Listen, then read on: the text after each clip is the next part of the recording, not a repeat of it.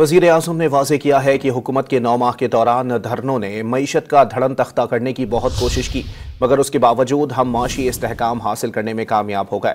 वफाकी काबीना के इजलास से खिताब में वज़ीर आज़म ने कहा कि माशी इस्तेहकाम हासिल कर लिया, अब टेक ऑफ करना है।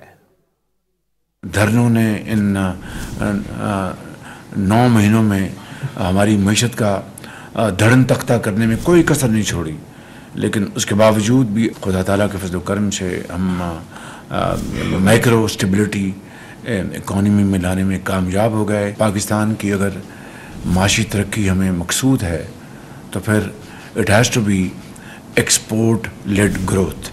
स्मगलिंग के हवाले से पूरी गिरफ्त हम कर रहे हैं, मिनिस्टर ऑफ इंटीरियर के साथ मिलकर पूरी तरह हमने उनको नुकेल डाली है। वज़ीर आज़म ने वाज़ेह किया है कि हुकूमत के 9 माह के दौरान धरनों ने मईशत का धड़न तख्ता करने की बहुत कोशिश की, मगर उसके बावजूद हम माशी इस्तेहकाम हासिल करने में कामयाब हो गए।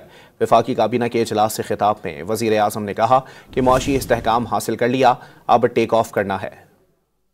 धरनों ने इन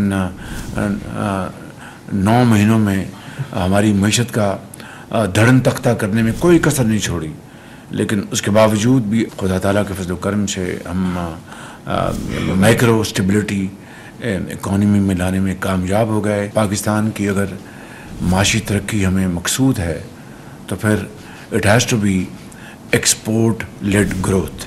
स्मगलिंग के हवाले से पूरी गिरफ्त हम कर रहे हैं, मिनिस्टर ऑफ इंटीरियर के साथ मिलकर पूरी तरह हमने उनको नुकेल डाली है।